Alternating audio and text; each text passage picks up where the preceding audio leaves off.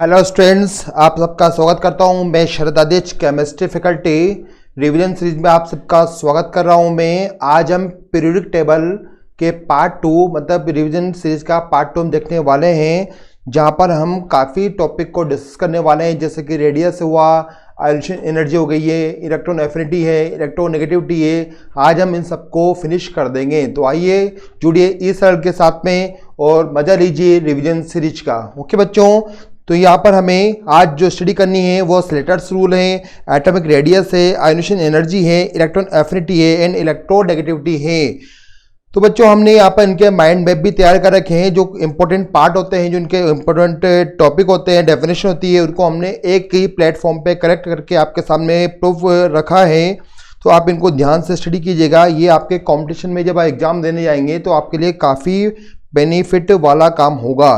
तो ये mind map है इन टॉपिक्स के। तो आइए अब हम चालू करते हैं स्लेटर्स रूल। ओके बच्चों, तो स्लेटर्स एक साइंटिस्ट है। इन्होंने क्या किया, इन्होंने डेवलपमेंट ऑफ पीरियोडिक टेबल के बाद में ये कहा कि यदि हमें पीरियोडिक टेबल के पीरियड में यदि स्टडी करनी है एलिमेंट के प्रॉपर्टी के बारे में, तो वहाँ पर हम जो मेन फैक्टर है वो यूज़ करते हैं जेड इफेक्ट। तो इन्होंने क्या कहा कि किसी भी पीरियड में एलिमेंट की प्रॉपर्टी में जो वेरिएशन आते हैं उसका जो मेन फैक्टर है वो क्या होता है बच्चों, वो होता है जेड इफेक्टिव होता है। और उन्होंने सेकंड पॉइंट में हमसे बोला कि यदि आपको डाउन द ग्रुप स्टडी करनी है एलिमेंट की प्रॉपर्टी के बारे में या उनमें कुछ वेरिएशन आ रहे हैं, तो उसका जो मेन रीजन है वो होता है नंबर ऑफ शेल, जिसको बोलते हैं हम एन। ठीक है, तो भाई इन्होंने हमें 2 पॉइंट दिए यहाँ पर कि पीरियड का जो मेन फैक्टर है वो जेड इफेक्टिव है और ग्रुप का जो मेन फैक्टर है वो नंबर ऑफ शेल होता है।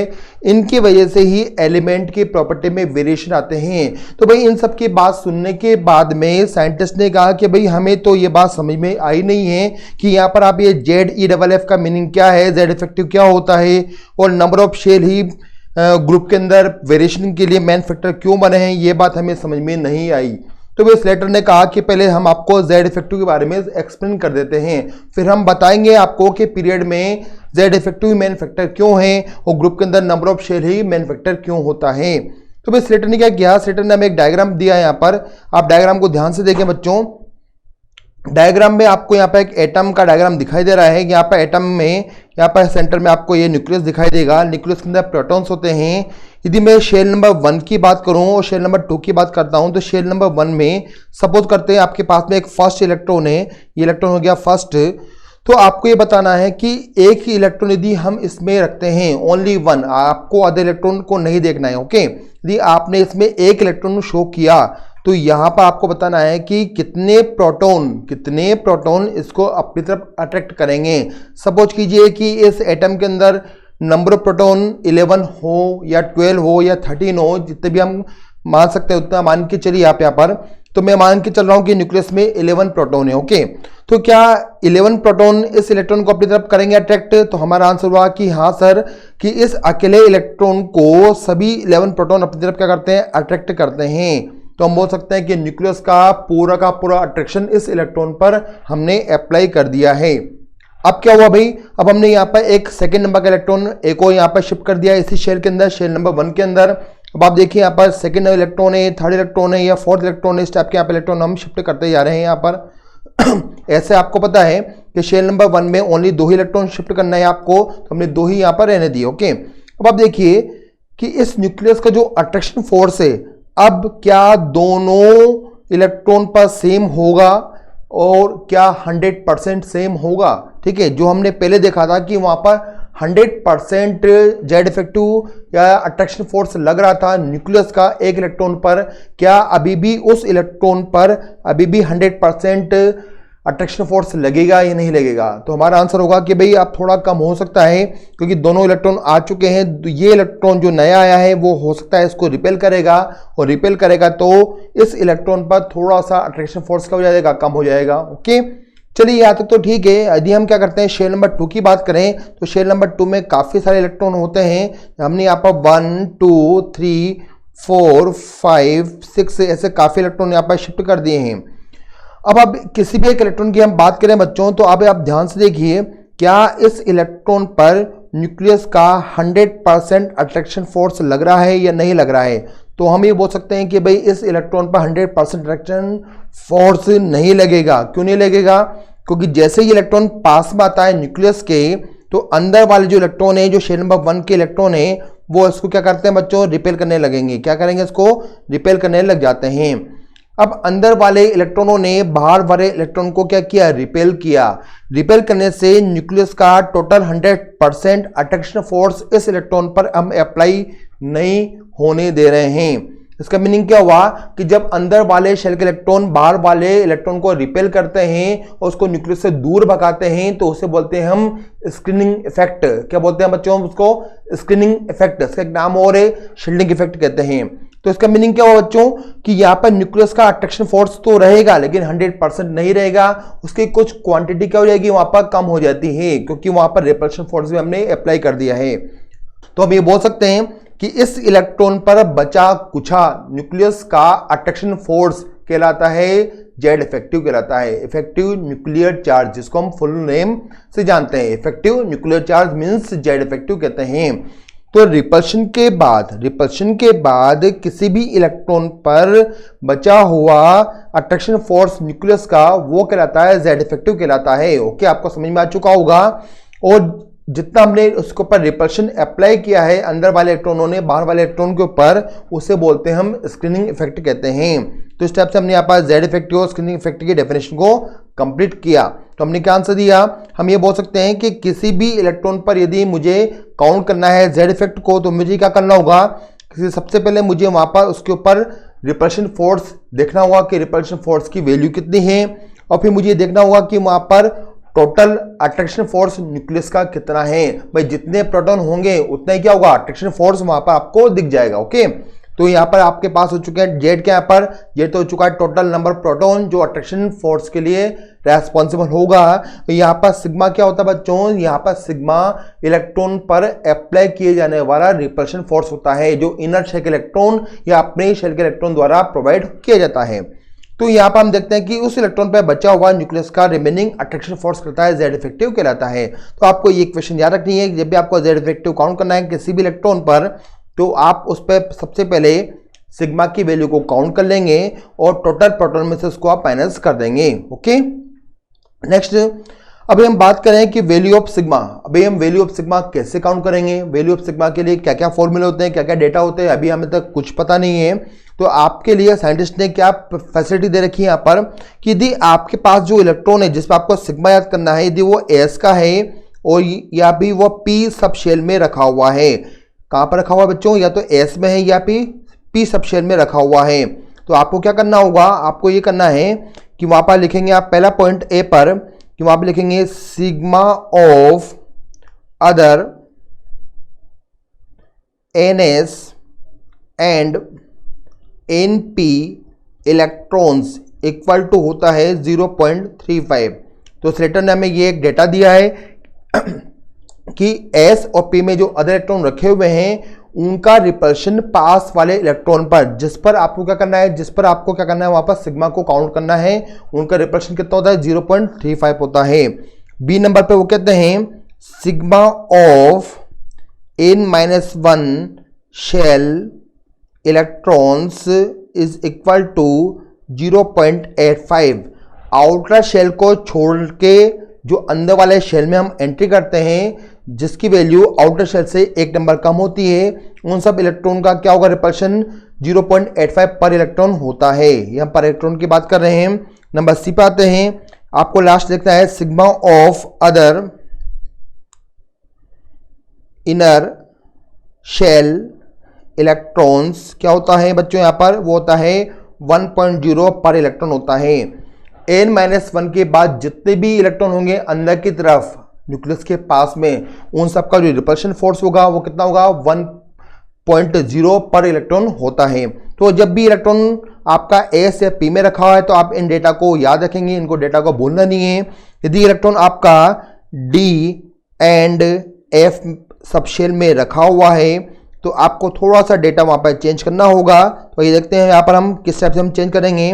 इसके लिए आपको दिया है नंबर ए पर sigma of other n d और n f electron is equal to होता है 0.35 पर electron and sigma of other inner shell electrons is equal to होता है 1.0 पर इलेक्ट्रॉन।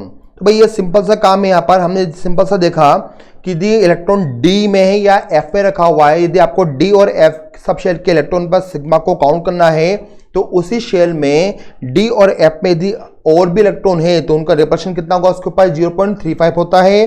और उसके बाद अंदर वाले जितने भी इलेक्ट्रॉन होंगे, न्यूक्लियस के पास जितने भी इलेक्ट्रॉन होंगे, उन सबका रिपल्शन कितना हो जाएगा भाई, 1.0 पर इलेक्ट्रॉन हो जाता है। तो इस टाइप से हम सिग्मा की वैल्यू को ध्यान रखेंगे। आइए हम एग्जांपल की बात करें। यदि मैं एग्जांपल लेता हूं बच्चों, जैसे हमने लिए कोई भी एग्जांपल लिया, सोडियम की बात करते हैं। मुझे सोडियम पर काउंट करना है। क्या हमने लिखा है पर कैलकुलेट, हमने यहां पे नोट किया calculate sigma and Z effective of sodium.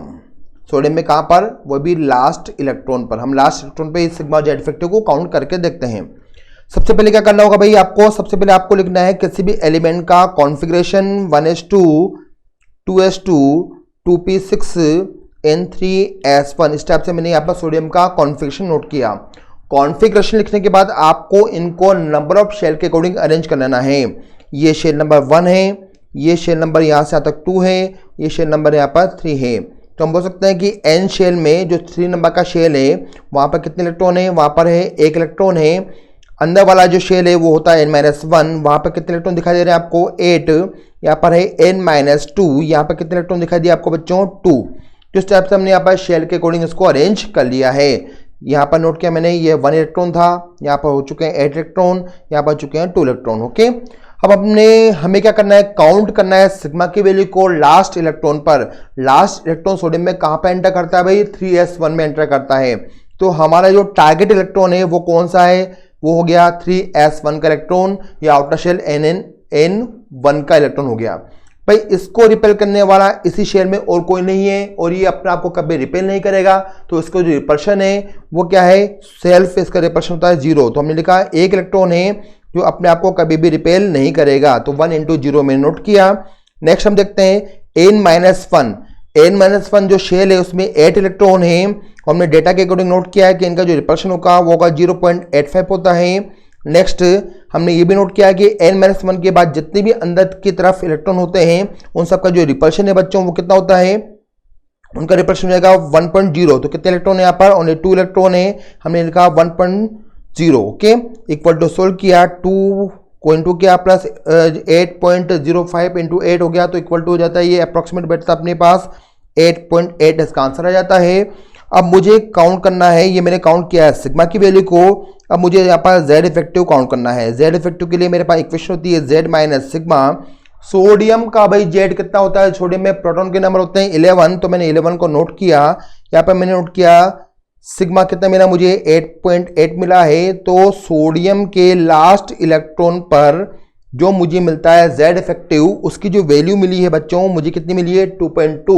तो इसका मीनिंग हुआ कि प्रोटॉन तो 11 है, 11 है, लेकिन उस इलेक्ट्रॉन पर केवल 2.2 प्रोटॉन का ही अट्रैक्शन फोर्स लगेगा, क्योंकि वो न्यूक्लियस से काफी दूर है। यदि आप न्यूक्लियस के पास आने लगेंगे तो पास वाले इलेक्ट्रॉन पर जेड इफेक्टिव की वैल्यू क्या होगी बच्चों, वहां पर वो बढ़ जाती है।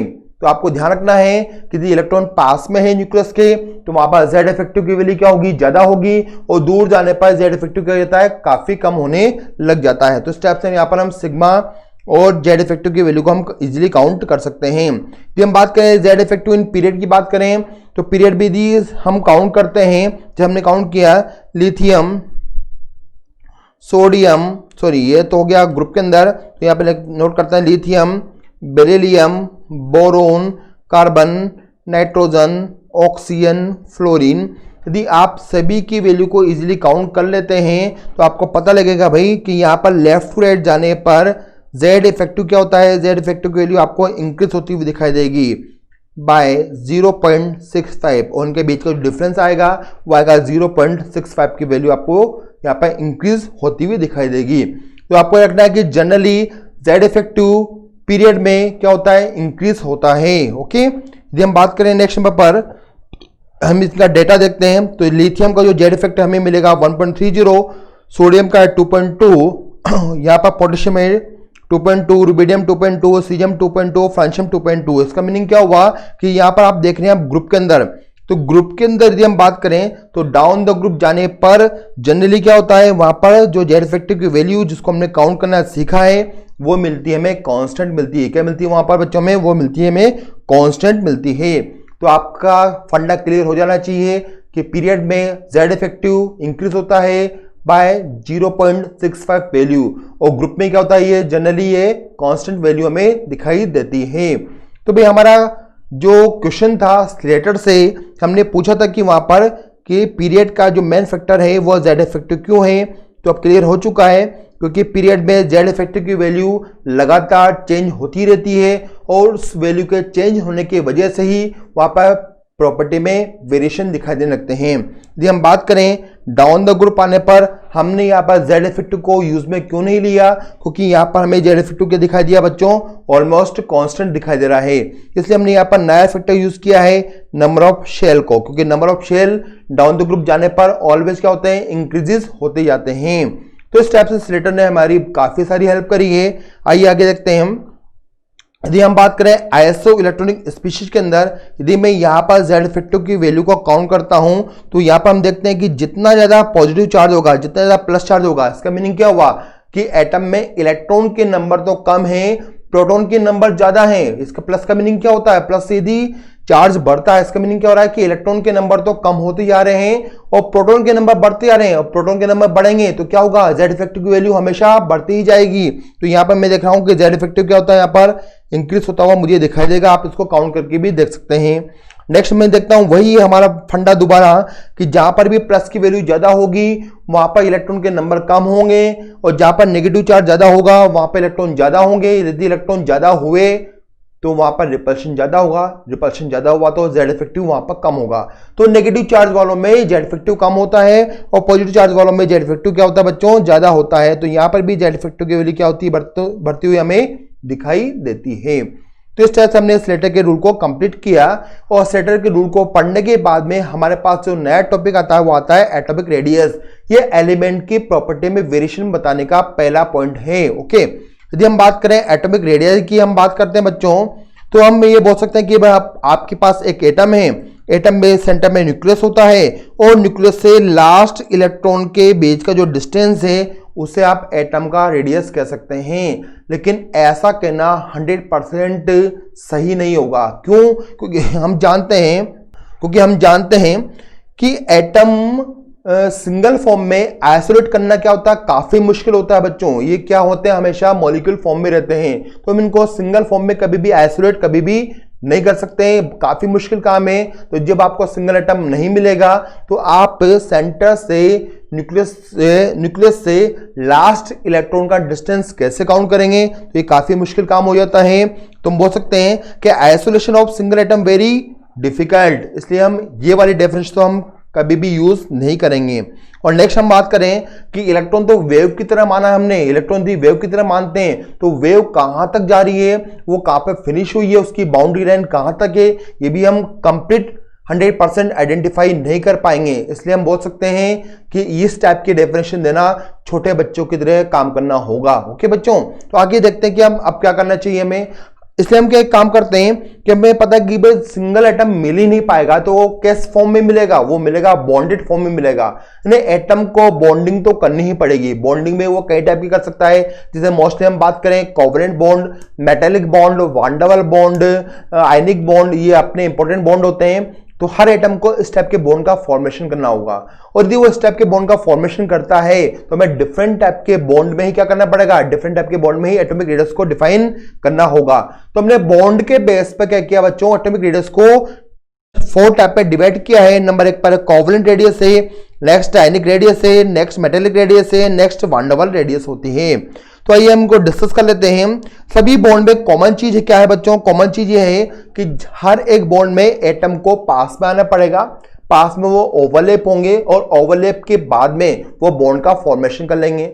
बस आपको ये बात ध्यान रखना है कि कोवैलेंट बॉन्ड में थोड़े ज्यादा पास में आते हैं, ओवरलैपिंग कुछ ज्यादा हो जाती है।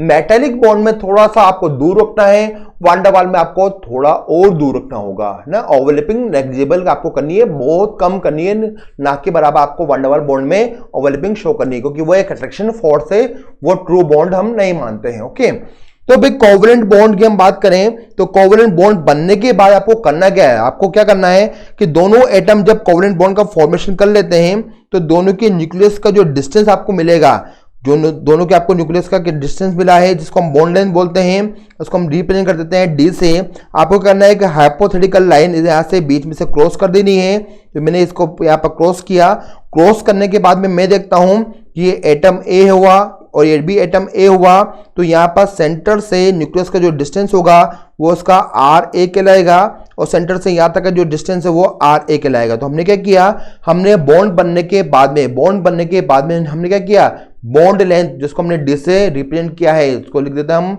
बॉन्ड लेंथ है ये, इसको हमने क्या किया बच्चों, हाफ कर दिया। हाफ करने के बाद में जो आपको रेडियस मिला है वो आपको मिलेगा सिंगल एटम का रेडियस। ओके बच्चों, तो ये हो गया होमो कोवैलेंट बॉन्डेड एटॉमिक रेडियस उसको हम बोल सकते हैं, क्योंकि यहाँ पर दोनों एटम क्या है, इक्विवेलेंट है, सेम है। तो आपको कुछ नहीं करना है, सिर्फ आपको बॉन्ड लेंथ को आपको हाफ कर देना है, आपको बस ये पॉइंट ध्यान रखना है। यदि हम बात करें बच्चों कि यहाँ पर हमने R C, R M, R V की बात करी, तो यहाँ पर हम देखते हैं कि ओवरलैपिंग सबसे ज्यादा कहां पर होती है। ओवरलैपिंग की मैं बात करता हूं बच्चों, तो ओवरलैपिंग सबसे ज्यादा होती है कोवैलेंट रेडियस में होती है, थोड़ी कम होती है मेटेरिक रेडियस में, थोड़ी कम होती है वान डर वाल रेडियस में। तो हमने आंसर यहाँ पर ओवरलैपिंग की हम बात कर रहे हैं, यहाँ पर ओवरलैपिंग का हमने ऑर्डर नोट किया है। तो ओवरलैपिंग हमें मैक्सिमम कोवैलेंट बॉन्ड में दिखाई देती है। यदि मैं ओवरलैपिंग के बेस पर रेडियस को काउंट करता हूं तो यहाँ पर मुझे इसका रिवर्स आंसर दिखाई देगा कि जहां पर ओवरलैपिंग कम है वहां पर एटम का रेडियस हमें काफी ज्यादा दिखाई देगा। तो ये हो गया अपने पास में रेडियस का फाइनल ऑर्डर। तो हम बोल सकते हैं कि किसी भी एटम की वान डर वाल रेडियस सबसे लार्जेस्ट रेडियस होती है, उससे कम होती है मेटेरिक रेडियस, उससे कम होती है कोवैलेंट रेडियस होती है। तो आपको ध्यान रखना है कि ओवरलैपिंग ज्यादा होती है कहां पर, कोवैलेंट रेडियस में। कोवैलेंट बॉन्ड जब बनता है तो वहां पर ओवरलैपिंग काफी ज्यादा होती है और इस वजह से कोवैलेंट रेडियस क्या होती है, एटम की स्मॉलेस्ट रेडियस मानी गई है। तो बच्चों इस टाइप से हमने यहाँ पर रेडियस को डिवाइड किया है 3 पार्ट में। आगे बढ़ते हैं, यदि मैं बात करूं कि एटम का जो रेडियस है वो कौन कौन से फैक्टर पर डिपेंड करता है, तो मुझे नंबर 1 पे दिया गया है जेड इफेक्टिव। इसका मीनिंग क्या हुआ, जेड इफेक्टिव किसी भी एटम का या आयन का आप इंक्रीज करते हैं, इसका मीनिंग क्या हुआ, न्यूक्लियस का अट्रैक्शन फोर्स आप इंक्रीज कर रहे हैं तो सभी इलेक्ट्रॉन को पास में आना होगा। ये सभी इलेक्ट्रॉन पास में आते हैं तो एटम का साइज क्या हो जाएगा बच्चों, वहां पर हो जाएगा डिक्रीज। तो जेड इफेक्टिव यदि बढ़ता है तो वहां पर क्या होता है, रेडियस की वैल्यू क्या होती है बच्चों, रेडियस की वैल्यू वहां पर हो जाती है डिक्रीज। तो ये पॉइंट आपके लिए काफी इंपॉर्टेंट होगा कि जेड इफेक्टिव के बढ़ने से रेडियस वहां पर होती है डिक्रीज। और हमने एग्जांपल कुछ यहाँ पर स्टेप से नोट किए गए हैं कि यहाँ पर देखिए आप, हमने पढ़ा है कि लेफ्ट टू राइट मूव करने पर जेड इफेक्टिव क्या होता है बच्चों, जेड इफेक्टिव वहां पर इंक्रीज होता रहता है और रेडियस क्या होती है वहां पर डिक्रीज होती रहती है। लेकिन लास्ट में आप ध्यान दीजिए कि नोबल गैसेस की हम बात करें कि नोबल गैसेस के अंदर एक बेस्ट क्वालिटी होती है कि ये जनरली किसी से बॉन्डिंग नहीं करते हैं और खुद के एटम भी ये बॉन्डिंग नहीं करेंगे, तो सिर्फ एक वीक अट्रैक्शन फोर्स अप्लाई करते हैं अपने एटम्स के बीच में, जिसका नाम है वान डर वाल बॉन्ड। और अभी थोड़ी देर पहले हमने बोला है कि वान डर वाल बॉन्ड एटम का सबसे लार्जेस्ट क्या होता है, रेडियस होता है, इसलिए मैंने यहाँ पर नियॉन को लार्ज साइज में शो किया हुआ है। तो आपको ध्यान रखना है कि जनरली क्या होता है, जनरली यहाँ पर इनर्ट गैसेस का साइज क्या होता है, कुछ हमें लार्ज बताना है, कुछ पीरियड में तो इसका साइज अपने पीरियड के अदर एलिमेंट के कंपेयर में क्या होता है बच्चों, लार्ज हो जाता है, सबसे ज्यादा लार्ज हमें यही मिलता है। तो यहाँ पर हमने लिखा कि नियॉन का साइज यहाँ पर लार्ज क्यों है, हमने कहा ड्यू टू वान डर वाल रेडियस, तो उसको लिखते हैं हम शॉर्ट में आर वी। ओके, तो ड्यू टू आर वी की वजह से यहाँ पर हमें लार्जेस्ट दिखाई दे रहा है। और हमने नॉर्मली पढ़ा है कि पीरियड में तो रेडियस क्या होता है वहां पर डिक्रीज होता रहता है। नेक्स्ट हम बात करते हैं बच्चों नंबर ऑफ शेल के बारे में। यदि आप शेल बढ़ाते हैं, यदि एटम में शेल्स 1 2 3 4 स्टेप से रेशो में बढ़ते जाते हैं तो शेल बढ़ने से क्या होता है बच्चों, शेल बढ़ने से एटम का रेडियस हमें लार्ज दिखाई देता है। जैसे मैं एक एग्जांपल देखता हूं कि न्यूक्लियस है, यहाँ पे एक शेल है, दूसरे एटम में मैंने एक शेल के साथ 2 शेल बनाए, कि इस एटम में मैंने एक शेल, 2 शेल और 3 शेल बना दिए। तो यहाँ पर अपने पास में 1 शेल है, यहाँ पर 2 शेल है, यहाँ पर 3 शेल है। तो शेल बढ़ते जा रहे हैं और साइज क्या होगा एटम का, वहां पर लार्ज होता जाता है। तो साइज बढ़ेगा कब, जब शेल की वैल्यू बढ़ती जाती है। तो आप देखिए यहाँ पर डाउन द ग्रुप जाने पर शेल बढ़ते जाते हैं। शेल की मैं वैल्यू लिखता हूँ कि लिथियम में शेल है 2, सोडियम में 3 है, पोटेशियम में 4 है, रुबिडियम में 5 है, सीजियम में 6 शेल है। और शेल बढ़ने से क्या हो रहा है बच्चों, यहाँ पर रेडियस की वैल्यू भी क्या हो रही है, इंक्रीज होती जा रही है। तो डाउन द ग्रुप आने पर रेडियस क्या होता है, इंक्रीज होता है due to number of shell. Next हम बात करें किसी भी आयन की, हम बात करते हैं बच्चों, तो ये हमारे पास में सबसे पहले दिया हुआ है नेगेटिव चार्ज आयन दिया हुआ है।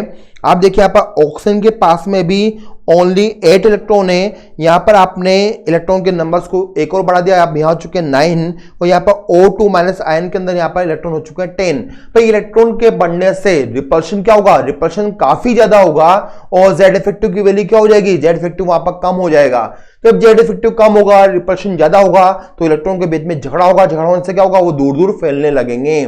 तो इसका मीनिंग क्या हुआ कि किसी भी एटम पर यदि आपने नेगेटिव चार्ज को इंक्रीज कर दिया, नेगेटिव चार्ज को आपने इंक्रीज कर दिया, तो वहां पर साइज क्या होगा, ऑटोमेटिक बच्चों बढ़ जाएगा, क्योंकि वहां पर रिपल्शन फोर्स बढ़ जाता है, जेड इफेक्टिव वहां पर कम हो जाता है। नेक्स्ट हम बात करते हैं बच्चों कैटायन की बात कर रहे हैं। कैटायन को आप ध्यान से देखिए, पहले मैग्नीज में इलेक्ट्रॉन हम दे दी, बात करें डी और एस के इलेक्ट्रॉन की बात करते हैं, तो यहाँ पर ओनली कितने इलेक्ट्रॉन है, यहाँ पर सिर्फ 7 इलेक्ट्रॉन है। Mn+2 की बात करता हूं मैं, तो यहाँ पर 5 इलेक्ट्रॉन बचे हुए हैं। Mn+3 की बात करते हैं तो यहाँ पर 4 इलेक्ट्रॉन बचे हुए हैं और Mn+4 की बात करूं तो यहाँ पर ओनली 3 इलेक्ट्रॉन बचे हुए हैं। तो इलेक्ट्रॉन को लूज करने से एटम के अंदर रिपल्शन की वैल्यू क्या होगी, कम हो जाएगी। फिर रिपल्शन कम है, सिग्मा कम है, तो जेड इफेक्टिव क्या होगा, नेचुरली बढ़ता जाएगा और जेड इफेक्टिव बढ़ेगा तो बचे हुए इलेक्ट्रॉन जितने भी होंगे सब पास पे आएंगे। पास पे आने के कारण वहां पर क्या हो जाएगा बच्चों, वहां पर साइज डिक्रीज हो जाता है। तो आपको ध्यान रखना है, जितना ज्यादा प्लस होगा उतना ही साइज स्मॉल होगा, जितना ज्यादा माइनस होगा उतना ही साइज वहां पे क्या होगा, लार्ज होता जाता है। तो ये आयन के बारे में हमने ध्यान से स्टडी किया। नेक्स्ट हम बात हैं बच्चों radius of iso electronic species की मैं बात करूं तो आइसो इलेक्ट्रॉनिक स्पीशीज की बात करते हैं, तो जैसे हम मानते हैं कि फ्लोरीन है, फ्लोरीन को मैंने 1 इलेक्ट्रॉन प्रोवाइड किया, तो यहाँ पर इलेक्ट्रॉन के नंबर कितने हो चुके हैं भाई, यहाँ पर हो चुके हैं, यहाँ पर 8 हो चुके हैं आउटर शेल में। या भी हम कंप्लीट काउंट करें तो यहाँ पर हो चुके हैं 10 इलेक्ट्रॉन। यदि हम आगे चलते हैं तो यहाँ पर ऑक्सीजन है, ऑक्सीजन यहाँ पर 2- नोट कर देते हैं, यहाँ पर नाइट्रोजन को हमने 3- नोट किया। नेक्स्ट यदि हम आगे बढ़ते हैं बच्चों तो यहाँ पर है तो सोडियम प्लस, यहाँ पर नोट करते हैं मैं Mg+2, यहाँ पर हमने नोट किया नेक्स्ट एल्यूमिनियम +3। तो आप ध्यान से देखिए, मैंने यहाँ पर सभी आयनों को नोट किया है। इन आयनों की खासियत क्या है कि यहाँ पर प्रोटॉन के नंबर तो वेरी कर रहे हैं। नाइट्रोजन में प्रोटॉन होते हैं 7, ऑक्सीजन में 8 है, यहाँ पर 9 है, यहाँ पर 11 है, यहाँ पर 12 है, यहाँ पर 13 है। फिर प्रोटॉन के नंबर तो चेंज होते जा रहे हैं। इलेक्ट्रॉन की हम बात करें तो N3- में इलेक्ट्रॉन होते हैं 10, O2- में भी 10, F- में 10, यहाँ पर भी 10 है, यहाँ पर भी 10 है और लास्ट में भी हमें 10 दिखाई दिए इलेक्ट्रॉन। भाई इलेक्ट्रॉन के नंबर तो सेम है, इसलिए इसको हमने क्या नाम दिया है, आइसो इलेक्ट्रॉनिक स्पीशीज हमने बोल दिया है।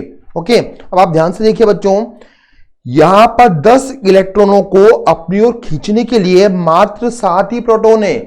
नहीं, जेड इफेक्टिव क्या है यहाँ पर हमें कम होगा क्योंकि 7 ही यहाँ पर प्रोटॉन है।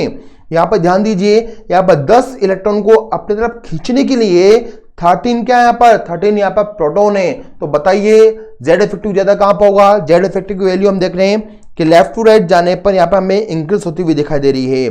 और यदि जेड इफेक्टिव इंक्रीज होता है तो रेडियस क्या होता है, रेडियस वहां पर डिक्रीज होता हुआ दिखाई देगा। इसका मीनिंग हुआ कि वहां पर एल्यूमिनियम +3 आयन सबसे स्मॉलेस्ट है और नाइट्रेट आयन सबसे वहां पर लार्ज हुआ। तो इस टाइप से हम आइसो इलेक्ट्रॉनिक स्पीशीज में इलेक्ट्रॉन प्रोटॉन के नंबर देखकर जेड इफेक्टिव को काउंट करके रेडियस को हम एक्सप्लेन कर सकते हैं। और मैंने आपसे पहले भी कहा है कि जितना ज्यादा प्लस होगा उतना वो स्मॉल होगा, जितना ज्यादा माइनस होगा वो उतना ज्यादा ही लार्ज होगा। और हमने ये फैक्टर आइसो इलेक्ट्रॉनिक स्पीशीज पर भी चेक कर लिया है। नेक्स्ट में बात है बच्चों, यदि हम बात करें एटॉमिक साइज की पीरियोडिक वेरिएशन के अंदर, तो हम देखते हैं कि एस ब्लॉक, बी ब्लॉक में, एस ब्लॉक और पी ब्लॉक के अंदर जेड इफेक्टिव बढ़ता है। जेड इफेक्टिव के बढ़ने से क्या होता है बच्चों, वहां पर रेडियस डिक्रीज होता जाता है। जैसे हम देख रहे हैं कि फ्लोरीन का जेड इफेक्टिव ज्यादा है, इसलिए उसका रेडियस यहाँ पर काफी कम है। नेक्स्ट में बात करूं डी ब्लॉक के अंदर, तो डी ब्लॉक में काफी वेरिएशन दिखाई देते हैं। डी ब्लॉक के एलिमेंट आपको जल्दी से याद कर लेने हैं। आप यहाँ पर ध्यान से देखिए कि यहाँ पर स्केनियम से लेकर मैग्नीज तक की मैं बात कर रहा हूं, तो यहाँ पर क्या है, nuclear charge means Z effective क्या होगा, यहाँ पर पहले बढ़ता हुआ दिखाई देगा, सिग्मा की वैल्यू कम होगी और इसी वजह से वहां पर रेडियस क्या हो रहा है, डिक्रीज होता हुआ दिखाई दे रहा है। जैसे मैं थोड़ा आगे पहुंचता हूं तो आयरन कोबाल्ट निकिल में यहाँ पर आपको जेड इफेक्टिव क्या होगा बच्चों, जेड इफेक्टिव यहाँ पर आपको थोड़ा सा बराबर दिखाई देगा, सिग्मा के अकॉर्डिंग आपको दिखाई देता है, तो रेडियस में कोई खास चेंजेस नहीं आते हैं। ओके, और लास्ट यदि हम बात करें कॉपर जिंक में, तो यहाँ पर कॉपर जिंक में जेड इफेक्टिव क्या होता है, जेड इफेक्टिव थोड़ा कम हो जाता है, सिग्मा की वैल्यू बढ़ जाती है और सिग्मा की वैल्यू बढ़ने से थोड़ा साइज में वेरिएशन आता है, साइज बढ़ने लगता है। तो कॉपर जिंक की हम बात करें बच्चों तो जिंक लार्ज है कंपेयर टू कॉपर। आइए हम ग्रुप में बात करते हैं। ग्रुप के अंदर हमने पढ़ा है कि नंबर ऑफ शेल यदि बढ़ते हैं, शेल बढ़ते हैं तो रेडियस भी क्या होगा, वहां पर इंक्रीज होता है।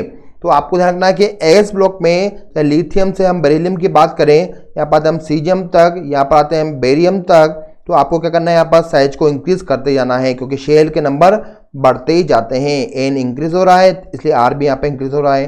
पी ब्लॉक में हम बात करें 13 नंबर के ग्रुप में या 14 ग्रुप में या 15 ग्रुप में, 16 ग्रुप में, 17 ग्रुप में या 18 ग्रुप में, इन सभी के अंदर आपको क्या करना है भाई, डाउन द ग्रुप जाने पर आपको साइज को इंक्रीज कर देना है। ग्रुप नंबर 13 में एक छोटा सा एक्सेप्शन मिलेगा, उसको हम बाद में नोट कर लेते हैं। तो आपने ध्यान दिया कि सभी ग्रुप के अंदर साइज इंक्रीज होती है due to number of shell increases. Okay, अब आते हैं हम डी ब्लॉक की हम बात करें तो डी ब्लॉक में काफी वेरिएशन मिलते हैं साइज के अंदर। उसका एक रीजन है, वहां पर है length and contraction. Length and contraction का मीनिंग क्या हुआ भाई, यदि हम एक एलिमेंट की बात करते हैं, हाफनियम की बात करें तो हाफनियम का एटॉमिक नंबर मुझे याद आ रहा है, ये होता है 72। और यदि मैं इसका कॉन्फ़िगरेशन नोट करता हूं तो ये पीरियड नंबर 6 में है, तो ये होगा अपने पास जिनोन। 54 के बाद मुझे लिखना पड़ेगा 6s2, यहाँ पर होगा 5d2 और नेक्स्ट यहाँ पर होगा 4f14। ठीक है, तो ऐसे एलिमेंट जहां पर आपको 4f14 के इलेक्ट्रॉन दिखाई देते हैं उनमें क्या होता है बच्चों, उनमें मिलता है आपको लेंथ एंड कॉन्ट्रैक्शन मिलता है। इसका मीनिंग क्या हुआ, इसका मीनिंग ये हुआ कि साइंटिस्ट ने पहले हमें ये कहा कि यदि इलेक्ट्रॉन एस में है, पी में है, डी में है और या एफ में है, तो सबसे ज्यादा रिपल्शन फोर्स कौन अप्लाई करता है, वो करता है एस के इलेक्ट्रॉन, उससे कम पी के इलेक्ट्रॉन, उससे कम डी के इलेक्ट्रॉन और सबसे कम कौन करते हैं, एफ के इलेक्ट्रॉन करते हैं। यदि मैं कॉन्फ़िगरेशन के अकॉर्डिंग इसका डायग्राम ड्रॉ करता हूं बच्चों, तो यहाँ पर मैक्सिमम शेल कितने हैं, 6 हैं। मान लेते हैं शेल नंबर यहाँ पर 1 है, ये 2 है, यहाँ पे 3 है, यहाँ पे 4 है, यहाँ पे 5 है और यहाँ पे 6 शेल है। आउटर शेल में आपको दिखाई दे रहा है 6s2, यहाँ पर आपको दिखाई दिया 5d2, यहाँ पर आपको दिखाई दिया 4f14। अभी आपने नोट किया है सबसे वीक या very weak poor shielding effect ये सिग्मा किसका होता है, एफ के इलेक्ट्रॉन का होता है। इसका मीनिंग क्या हुआ कि एफ के इलेक्ट्रॉन 5d और 6s को प्रॉपर रिपेल नहीं कर पाते हैं। यदि रिपल्शन नहीं कर पाएंगे तो क्या होगा, न्यूक्लियस उन सबको अपनी तरफ खींच लेता है और खींचने की वजह से साइज क्या हो जाता है बच्चों, वहां पर साइज वहां पर हो जाता है, स्मॉल हो जाता है। ठीक है, तो आपको ध्यान रखना है कि ऐसा एलिमेंट जहां पर आपको 4f के इलेक्ट्रॉन दिखाई देते हैं उनमें पुअर शील्डिंग इफेक्ट की वजह से साइज भी क्या हो जाता है, कॉन्ट्रैक्शन हो जाता है। तो हम बात करें यहाँ पर, तो हमने आंसर दिया कि यहाँ पर ग्रुप नंबर 3 के बाद में जो 4 एलिमेंट आते हैं, जैसे टाइटेनियम हुआ, जर्कोनियम हुआ, हैफनियम हुआ, HF।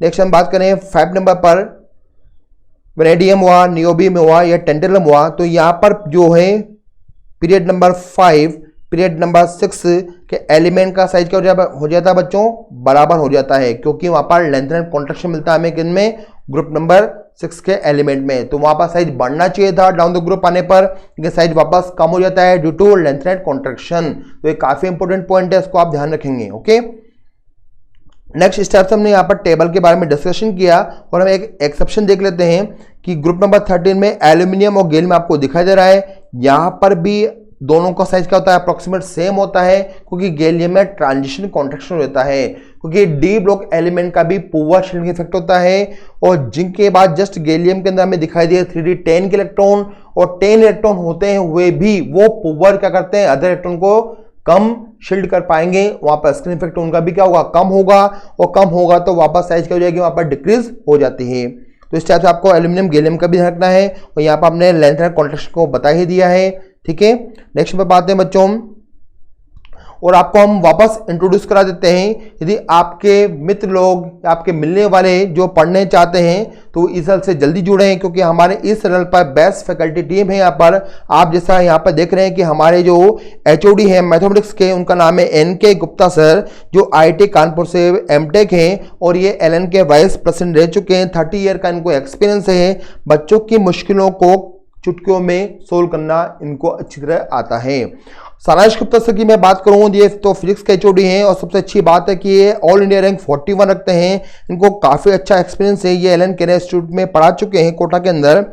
नेक्स्ट हम बात करें प्रतीक गुप्ता सर, ये HOD ऑफ केमिस्ट्री हैं। ये भी IIT बॉम्बे से BTech किया हुआ है। अच्छा खासा इनको एक्सपीरियंस है और काफ़ी अच्छी नॉलेज रखते हैं केमिस्ट्री की। नेक्स्ट हम बात करें, यहाँ पर है अर्पित माहेश्वरी सर, जो चीफ एडवाइजर है। जितने भी आपके वर्क होते हैं, पेपर हुआ, माइंड मैप हुआ, जितने भी वर्क है सब इनके द्वारा किया जाता है और ये भी ऑल इंडिया रैंक 2 रखते हैं। तो इतनी एक अच्छी फैकल्टी होने के बाद यदि आपके मित्र लोग इस साल से नहीं जुड़ रहे हैं तो ये गलत बात है। आप उनको प्रमोट करेंगे और आप जल्दी से अपने कंपटीशन को फाइट करेंगे। ओके, तो आप अपने फ्रेंड को जरूर बोलें। नेक्स्ट हम बात करें, आपको YouTube पर लाइक करना है, सब्सक्राइब करना है, बेल आइकन को दबा देना है, ताकि जो भी हम काम करने वाले हैं स्टूडेंट के लिए वो आपको सबसे पहले नोटिफिकेशन के फॉर्म में मिल जाएंगे। तो आप ये काम करना ना भूलें बच्चों। ओके, नेक्स्ट हम टॉपिक की बात करें, आयोनेशन एनर्जी की बात करते हैं। तो ये बेस्ट टॉपिक है। काफी बच्चों को प्रॉब्लम आती है एक्सेप्शन में, तो आपको मैं बोल देता हूं कि एक्सेप्शन ही क्या होते हैं बच्चों, एक्सेप्शन ही क्वेश्चन होते हैं। तो एक्सेप्शन को ना छोड़ें, एक्सेप्शन की एक अलग से कॉपी बना लें, उनको आप अलग से याद करने लग जाएंगे। ओके, हम बात करते हैं आयोनेशन एनर्जी की बात करें बच्चों, तो सबसे पहले हम देखते हैं कि कोई भी एक एटम है। ओके, कोई भी हमने एक एटम दिया, जैसे हमारे सामने दिखाई दे रहा है लिथियम। यदि हम लिथियम के आउटर शेल में एक इलेक्ट्रॉन को ऐड करना चाहते हैं, ये निकालना चाहते हैं, तो यहाँ पर जो प्रोसेस है बच्चों वो इलेक्ट्रॉन को लूज करने का है, ना कि ऐड करने का। तो ध्यान रखना आपको, आयोनेशन एनर्जी के अंदर हम इलेक्ट्रॉन को लूज करते हैं एटम से। तो आउटर शेल में मुझे एक इलेक्ट्रॉन दिखाई दे रहा है, मैं काफी कोशिश कर रहा हूं कि ये निकल जाए, लेकिन ये निकल नहीं पा रहा है। क्यों नहीं निकल पा रहा है? क्योंकि लिथियम का ऊपर लग रहा है अट्रैक्शन फोर्स, जिसे हम जेड इफेक्टिव कहते हैं। तो भाई जेड इफेक्टिव को मुझे ब्रेक करना होगा। जब तक मैं इसको ब्रेक नहीं करूंगा जेड इफेक्टिव को, जब तक इलेक्ट्रॉन यहाँ पर मूव करता रहेगा, इसके लिए मुझे इसको थोड़ी सी हीट प्रोवाइड करनी पड़ेगी, एनर्जी देनी पड़ेगी। और जैसे मैंने इसको एनर्जी देना स्टार्ट किया तो ये इलेक्ट्रॉन यहाँ से शेल को छोड़कर एटम के बाहर भाग जाएगा। ओके, तो हमने क्या किया, हमने यहाँ पर इस इलेक्ट्रॉन को, अकेले इलेक्ट्रॉन को लूज करने के लिए एनर्जी प्रोवाइड कर दी है, और इसी एनर्जी को मैं बोलता हूं आयोनेशन एनर्जी कहता हूं। ठीक है, तो उसका मीनिंग क्या हुआ कि आपके पास में एक एटम है, एक एटम का मीनिंग क्या हुआ कि ये सिंगल फॉर्म में है, ये आइसोलेटेड है, गैसेस फॉर्म में है, और उसके आउटर शेल से मुझे एक इलेक्ट्रॉन को रिमूव करने के लिए जो मिनिमम एनर्जी की रिक्वायरमेंट है वो कहलाती है IE कहलाती है। तो IE को हमने इस टाइप से डिफाइन किया। तो IE को डिफाइन करने के बाद में आते हैं नेक्स्ट नंबर पर। यदि मैं आपसे कहता हूं कि एक क्वेश्चन को हम सोल्व करें, ये कह रहा है हमसे यहां पर, in which of the following the energy change corresponding to first ionisation potential energy. भाई आप बताइए कि कहां पर IE1 आपको दिखाई दे रहा है। मैं IE1 की बात करता हूं बच्चों, तो हमने बोला था आइसोलेटेड, गैसियस, न्यूट्रल एटम। तो आपको ढूंढना है, ये सभी यहाँ पर मुझे आइसोलेटेड दिख रहे हैं, मोस्टली हमें 1 के अंदर दिखाई दिया। 1 में यहाँ पर गैस फॉर्म में भी है और ये न्यूट्रल भी है, और यहाँ से हमने एक इलेक्ट्रॉन को रिमूव भी किया है। इस वजह से जो हमारा आंसर है बच्चों वो क्या हो जाएगा, आंसर आ जाएगा A। तो यहाँ पर जो हम एनर्जी प्रोवाइड करेंगे वो कहलाएगी IE of X gases atom. Okay, हमारा आंसर आ चुका है बच्चों A। नेक्स्ट, ये काफी इंपॉर्टेंट है, सक्सेसिव आयोनेशन एनर्जी की हम बात कर रहे हैं। यहाँ पर आपको क्या करना है बच्चों, आपको एक एटम लेना है। जैसे मैंने यहाँ पर एक एटम लिया है M, आपको उसको पहली बार एनर्जी देनी है E1। इसका मीनिंग क्या हुआ कि ये E1 है, और यहाँ पर E1 क्या करेगा, E1 इसमें से एक इलेक्ट्रॉन को यहाँ पर रिमूव कर देता है, और इस इलेक्ट्रॉन को रिमूव करने पर जो आपने एनर्जी दी है उसको बोलेंगे हम IE1 कहेंगे। इसको 2 कीजिएगा, आप 1 कर दीजिए, तो ये IE1 हुआ। अब आप देखिए आपको क्या बनता हुआ दिखाई दे रहा है, यहाँ पर आपको दिखाई दे रहा है M+, यानी यह बन चुका कैटायन। अब आपको क्या करना है बच्चों, M+ को आपको वापस एनर्जी प्रोवाइड करनी है। तो मैंने यहाँ पर I2 प्रोवाइड किया, I2 प्रोवाइड करूंगा तो क्या लगेगा, ये IE2 कहलाएगा किसका, M का, और ये बन जाएगा अब ये M+2। यहाँ पर आपने एक इलेक्ट्रॉन को फिर से रिमूव कर दिया है। नेक्स्ट यदि हम M+2 से वापस एक इलेक्ट्रॉन को रिमूव करते हैं तो यहाँ पर क्या बनेगा, यहाँ पर बन जाएगा M+3 कैटायन बन जाएगा, और ये क्या लगेगा IE3।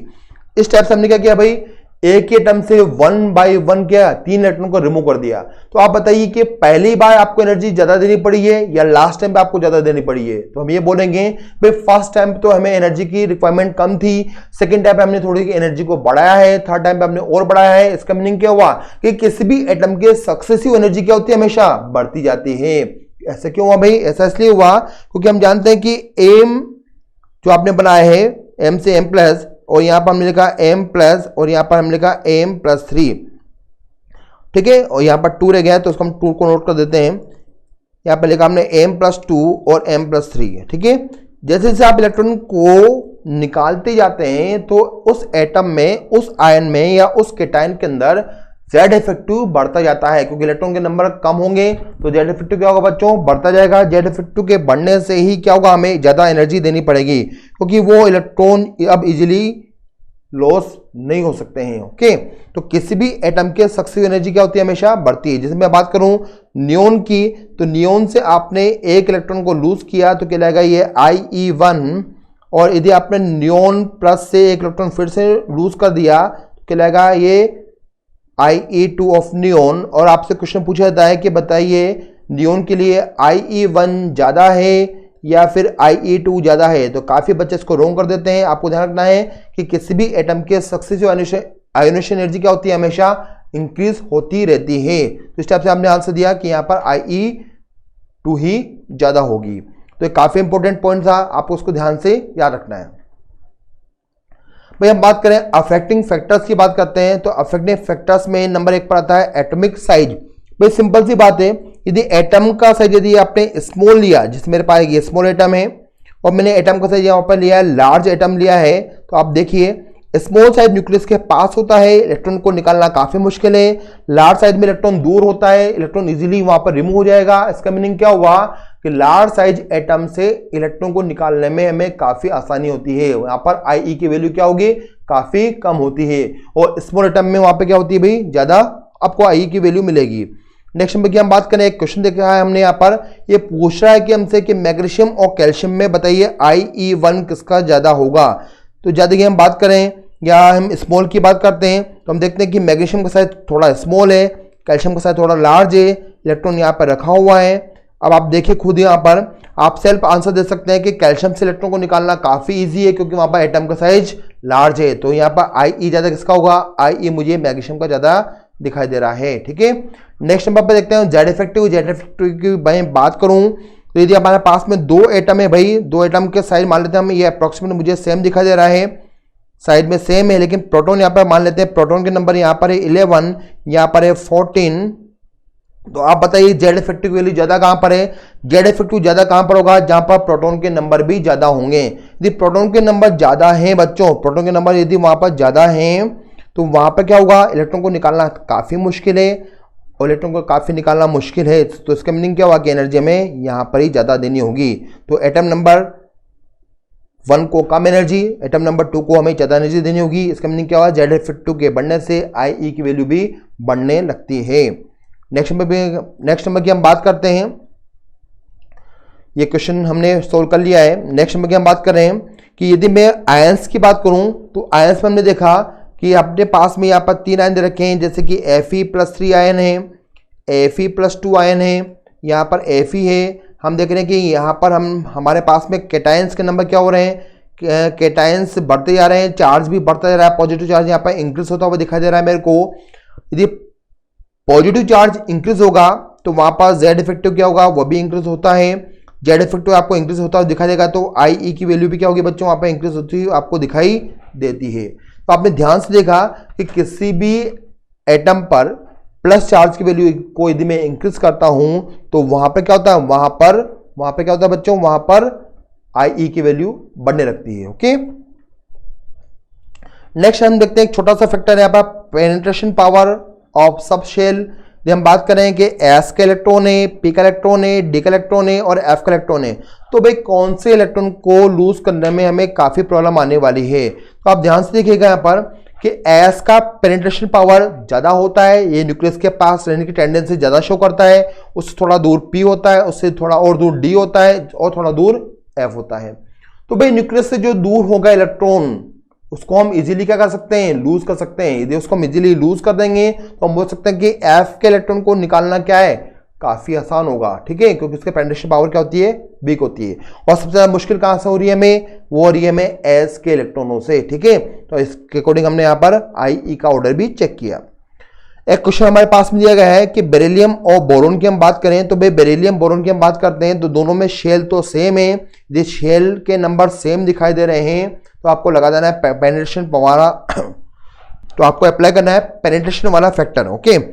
तो भाई देखिए यहाँ पर एस के इलेक्ट्रॉन है, यहाँ पर पी के इलेक्ट्रॉन को हमें लूज करना होगा।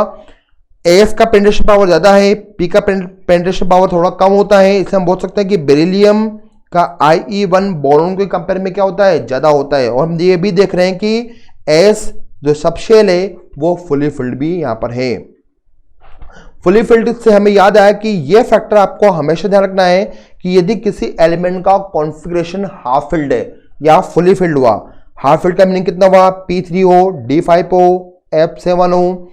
फुली फिल्ड का मीनिंग क्या हो रहा है, S2, P6, D10, F14।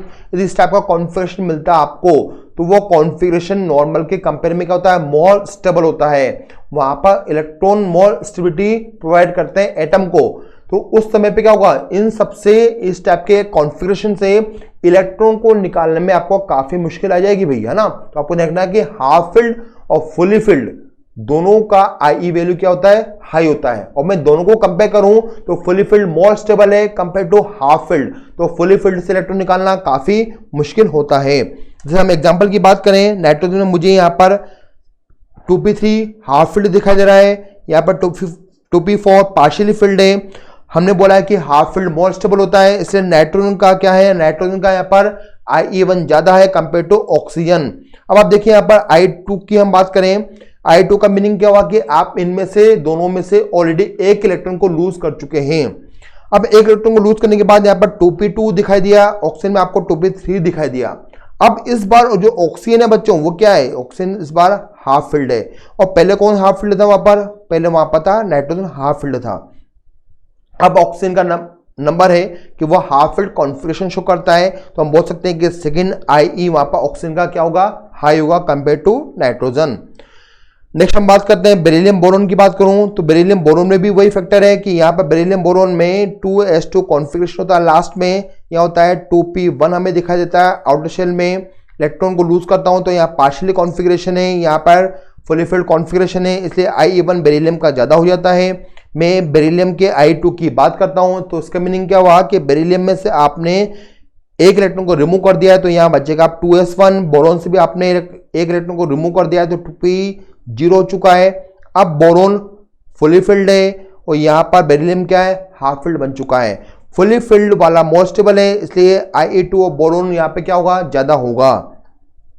Next हम बात करें एक्सेप्शन की बात करते हैं, आयोनेशन एनर्जी की हम बात करें गैलियम और एल्यूमिनियम की। यदि हम बात करें भाई डाउन द ग्रुप जाने पे क्या होता है, डाउन द ग्रुप जाने पर साइज बढ़ता है, साइज बढ़ने से IE की वैल्यू कम होती है, हमने पढ़ा है। जब मैं बात करूं एल्यूमिनियम गैलियम में तो यहाँ पर दोनों को साइज बच्चों अप्रोक्सीमेट सेम है, और जब साइज सेम होता है तो हमें देखना पड़ता है कि प्रोटॉन के नंबर ज्यादा कहां पर है।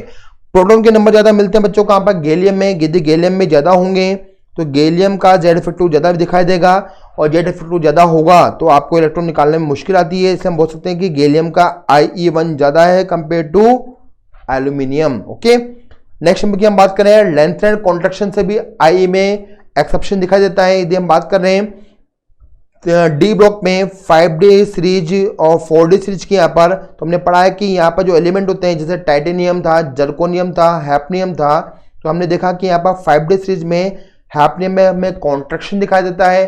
कॉन्ट्रैक्शन से यहाँ पर अगेन साइज बराबर हो जाता है, साइज बराबर होने से क्या होता है बच्चों, हैफनियम के अंदर प्रोटॉन हमें ज्यादा दिखाई देंगे, और इसलिए Z52 ज्यादा होगा किसका, हैफनियम का, इसलिए IE1 भी ज्यादा किसका होगा, हैफनियम का ही ज्यादा होगा। तो ये जो एक्सेप्शन है बच्चों इनको आपको विशेष ध्यान रखना है, क्योंकि एक्सेप्शन ही हमारे क्वेश्चन होते हैं और ये हमें आगे प्रॉब्लम करते हैं। तो आपको भाई यहाँ पर दो एक्सेप्शन दिखाई दे रहे हैं एल्यूमिनियम और गैलियम का, क्योंकि गैलियम का साइज वहाँ पर बराबर था, इसलिए वहाँ पर हमने Z52 को फैक्टर बनाया। यहाँ पर स्टेप से हमने 4D सीरीज और 5D सीरीज की हमने बात करी है, तो 4D 5D सीरीज में 5D सीरीज में हमें कॉन्ट्रैक्शन मिलता है, साइज अगेन बराबर हो जाता है 4D के कंपेयर में। तो यहाँ पर हमने देखा साइज बराबर होने पर आपको प्रोटॉन के नंबर चेक करके आपको आंसर देना होगा। ठीक है बच्चों, नेक्स्ट हम बात करते हैं एप्लीकेशन ऑफ IE।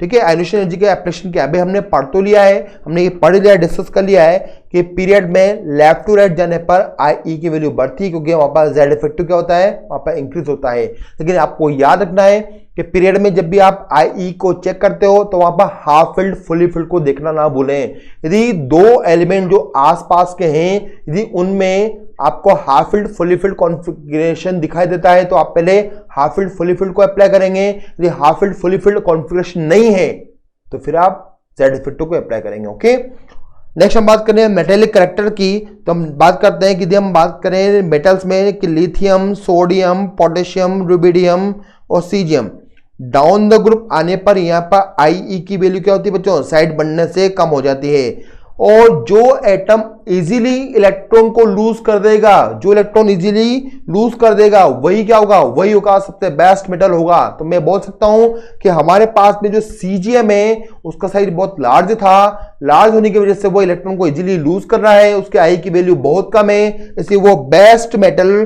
के कैटेगरी में काउंट हो जाता है। तो केमिस्ट्री में बेस्ट जो मेटल है बच्चों वो क्या है, सीजी में होता है। ओके, इसलिए इसको हम फोटो इलेक्ट्रिक सेल में यूज में लेते हैं। नेक्स्ट नंबर पर हम बात करते हैं रिएक्टिविटी की। रिएक्टिविटी की हम बात कर रहे हैं कि हमने lithium, sodium, potassium, rubidium, caesium को हमने लिया यहाँ पर। यदि मैं इनसे सभी से बोलता हूँ एलिमेंट से कि भाई अपने अपने इलेक्ट्रॉन को लूज कर दीजिए, लूज करने के बाद हम देखते हैं कि सबसे पहले कौन से एलिमेंट ने इलेक्ट्रॉन को लूज किया। जो सबसे पहले इलेक्ट्रॉन को लूज करेगा वही सबसे रिएक्टिव हो जाता है। ओके, तो हमने ध्यान से देखा कि यहाँ पर सीजियम का IE सबसे कम है और सेजियम का IE सबसे कम है, तो सबसे पहले इलेक्ट्रॉन लूज करने वाला एलिमेंट कौन सा बना, सीजियम। इसलिए यहाँ पर रिएक्टिविटी की हम बात करें बच्चों तो सबसे ज्यादा रिएक्टिविटी ज्यादा किसकी होती है, यहाँ पर सीजियम की होती है। तो डाउन द ग्रुप आने पर मेटल्स में रिएक्टिविटी क्या होती है, बढ़ने लगती है, क्योंकि IE की वैल्यू कम हो जाती है। नेक्स्ट हम बात करें स्टेबिलिटी ऑफ ऑक्सीडेशन स्टेट। कुछ एलिमेंट ऐसे होते हैं जो लो स्टेट में स्टेबल रहना पसंद करते हैं, कुछ ऐसे होते हैं जो हाई स्टेट में जाना पसंद करते हैं। जब मैं सोडियम की बात करूं बच्चों तो सोडियम आपको जनरली Na+ फॉर्म में दिखाई देता है, ये Na+2 फॉर्म में आपको कभी दिखाई नहीं देगा। तो भाई ऐसा क्यों हुआ, इसमें ध्यान से देखिए। यहाँ पर यदि हम बात करें कि किसी भी एलिमेंट का आपको क्या करना है, दो सक्सेसिव IE का डिफरेंस निकालना है। ओके, क्या करना है आपको, डिफरेंस निकालना है। यदि दोनों IE का डिफरेंस 16 इलेक्ट्रॉन वोल्ट से ज्यादा है, कितना 16 से ज्यादा है, इसका मीनिंग क्या हुआ कि पहले I और दूसरे I में बहुत सारा अंतर आ रहा है। इसका मीनिंग क्या है कि वो दूसरी बार इलेक्ट्रॉन को लूज करना नहीं चाहता है, आप उससे जबरदस्ती कर रहे हैं। ओके, इसका मीनिंग हुआ कि वो लो स्टेट में रहना पसंद करेगा। तो यदि हम बात करें सोडियम की तो उसके IE1 और IE2 का डेटा यदि हम देखते हैं तो 16 इलेक्ट्रॉन वोल्ट से काफी ज्यादा होता है, इसलिए सोडियम +1 में रहना पसंद करेगा। नेक्स्ट नंबर की बात करें, यदि किसी भी एलिमेंट के दो सक्सेसिव IE की वैल्यू 11 इलेक्ट्रॉन वोल्ट से कम है, यानी कोई खास अंतर नहीं है, वो फर्स्ट के साथ में दूसरे इलेक्ट्रॉन भी लूज कर सकता है और नॉर्मल डिफरेंस के अंदर 11 से कम। ओके, तो वहां पे क्या होगा, वो हाई स्टेट में रहना पसंद करेगा। जैसे हम बात करें भाई मैग्नीशियम की, मैग्नीशियम के IE1 और IE2 का जो डिफरेंस मिला मुझे वो 7.4 मिला है, कोई खास डिफरेंस नहीं है। इसका मीनिंग क्या हुआ कि वो इजीली +2 में रहना पसंद कर सकता है। ठीक है, तो यहाँ पे मैग्नीशियम +2 में रहना पसंद करेगा। नेक्स्ट नंबर पर बात करते हैं हम, यहाँ पर आपको वैलेंस वगैरह के बारे में भी बताया जा रहा है। ठीक है, तो यहाँ पर आप वैलेंसी को डिफाइन कर सकते हैं। ये IE के कुछ आपको डेटा दे रखे हैं, मैग्नीशियम के 2 के भी दिया हुआ है, आपको 3 का भी दिया हुआ है। नेक्स्ट हम बात करें यहाँ पर आइसोइलेक्ट्रॉनिक स्पीशीज में, हमने पढ़ा है कि आइसोइलेक्ट्रॉनिक स्पीशीज में जितना ज्यादा प्लस होता है उतना वो छोटा होगा, वहां पर Z इफेक्टिव ज्यादा होगा। Z इफेक्टिव ज्यादा होगा तो वहां पर IE की वैल्यू क्या होगी, ज्यादा होगी। तो हमने लिखा हाई IE की वैल्यू आपको यहां पर ही शो हो जाती है। ठीक है बच्चों, और सबसे कम कहां होगी, जितना वो लार्ज साइज का एनायन होगा। नेक्स्ट पर बात है, एक क्वेश्चन आपको दे रखा है, आपको दिया है कि एक कोई एलिमेंट है, सपोज करते हैं वो X एलिमेंट हो सकता है, उसका आपको सक्सेसिव IE वैल्यू दे रखी है IP1, IP2, IP3, IP4, IP5 दे रखा है ना, और पूछा जा रहा है कि भाई वो एलिमेंट कौन सा है। भाई हमें सब एलिमेंट, इनमें से एक एलिमेंट है जिसका IE की वैल्यू दे रखी है। अब हम कैसे पहचाने, तो पहचानने का एक तरीका है कि यहाँ पर आप सक्सेसिव IE का डिफरेंस चेक करें कि मैक्सिमम कहां पर हो रहा है। यदि मैं बात करूं फर्स्ट सेकंड में कोई खास डिफरेंस नहीं है, सेकंड थर्ड में भी कोई खास डिफरेंस दिखाई नहीं दे रहा है, और थर्ड फोर्थ में भी कोई खास डिफरेंस नहीं है, लेकिन 46 के बाद में जो डेटा मिला हमें वो कितना मिल गया, 162 मिला है। इसका मीनिंग क्या हुआ, इसका मीनिंग ये हुआ बच्चों कि ये एक एटम में होगा ऐसा कुछ स्टेप का हम एज्यूम कर लेते हैं कि यहाँ पर इसके 1 2 3 4 इलेक्ट्रॉन होंगे, बाकी इलेक्ट्रॉन अंदर रखे होंगे। यदि आपने इसको फर्स्ट को लूज किया, ये सेकेंड इलेक्ट्रॉन है, ये थर्ड इलेक्ट्रॉन है, ये फोर्थ है, ये 5 मान लेते हैं इसको हम। आपने फर्स्ट इलेक्ट्रॉन को लूज किया तो कितना डेटा दिया आपने, आई का 7.1। सेकेंड को लूज किया तो थोड़ा आपने इंक्रीज किया डेटा को, थर्ड में भी आपने इंक्रीज किया 34.5, और यहाँ पर फोर्थ में भी इंक्रीज किया 46.8। इसका मीनिंग हुआ कि भाई फोर्थ तक तो हमें डेटा नॉर्मल मिल रहा है, डिफरेंस नॉर्मल आ रहा है, लेकिन जैसे हमने फिफ्थ नंबर का इलेक्ट्रॉन को लूज किया तो डेटा कितना आ गया भाई, 162.2 आ चुका है। इसका मीनिंग क्या हुआ कि आउटर शेल में इलेक्ट्रॉन खत्म हो जाने की वजह से 5वें नंबर की आई वैल्यू में सडनली लार्ज जंप हमें दिखाई दिया। ठीक है, आउटर शेल में 4 इलेक्ट्रॉन थे, 4 तक तो हमें डेटा नॉर्मल दिखाई दे रहा है, लेकिन फिफ्थ इलेक्ट्रॉन को लूज किया तो हमें पता लगा कि वो अब अंदर वाले शेल में है, इसलिए वहां पर डेटा क्या हो गया, कुछ ज्यादा ही बढ़ गया है। तो भाई हमारा आंसर कंप्लीट हो चुका है। हम ये बोल सकते हैं कि इनमें वो एलिमेंट ऐसा है जिसके आउटर शेल में 4 इलेक्ट्रॉन होंगे। तो भाई हमें ध्यान से देखें तो सिलिकॉन एक ऐसा एलिमेंट है, इसी के आउटर शेल में हमें 4 इलेक्ट्रॉन दिखाई देते हैं। तो हमारा आंसर हुआ 2।